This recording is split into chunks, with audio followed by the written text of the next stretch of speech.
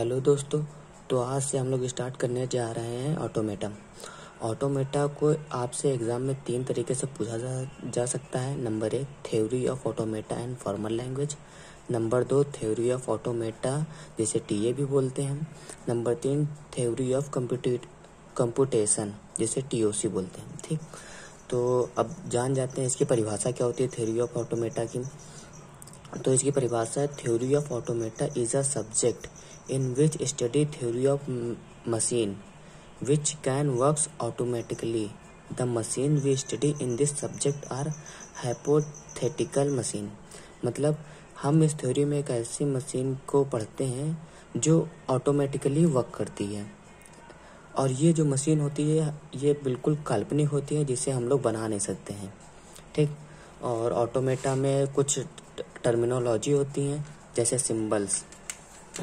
Any symbols which can be written और printed.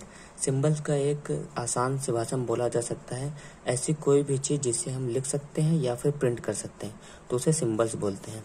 जैसे example के लिए ABCD और Z तक ये कैपिटल लेटर में है और एक स्मॉल लेटर में है, या फिर 1 2 3 4 से 9 तक 0 तक, और या फिर ये स्पेशल सिंबल्स जैसे हैश हो गया, @ हो गया, डॉलर हो गया, इन्वर्टेड कॉमास हो गई, etc। अल्फ़ाबेट जो यहाँ पे लिखा है इसे ही सिंबल्स भी बोलते हैं, और सिंबल्स को अल्फ़ाबेट और कैरेक्टर भी बोल देते हैं आम भाषा में।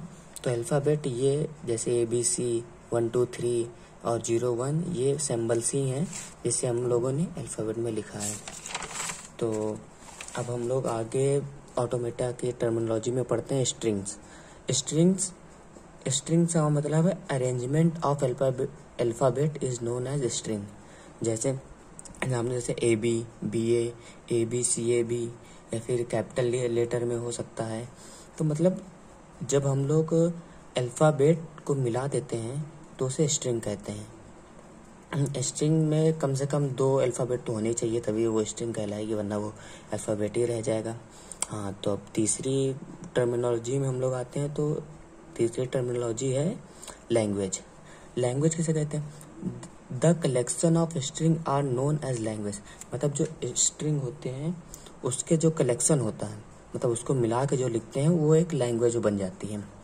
जैसे L हमने ब्रैकेट में लिखा AB BA AAB ABA BA BACCA, ऐसे हम लोग लिख सकते हैं।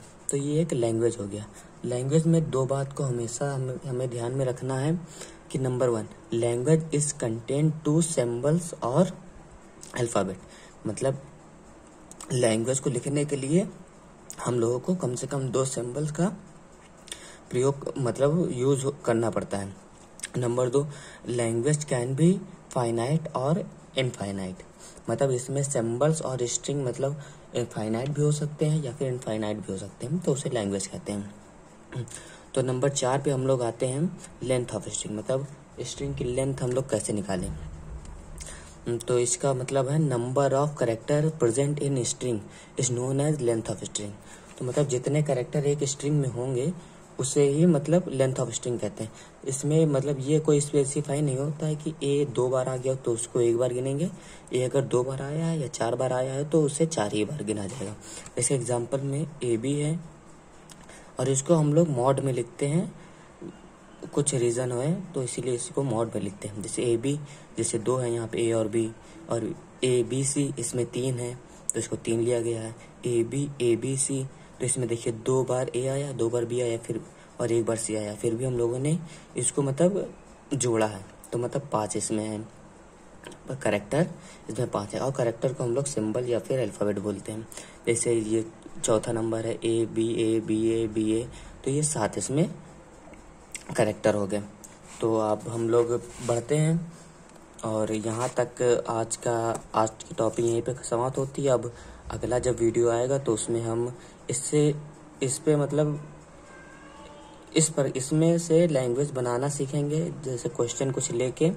तो थैंक यू दोस्तों, अभी तक इतना ही, और आगे ऐसे ही ऑटोमेटा के लिए जानकारी के लिए ये वीडियो देखते रहें। Thank you so much.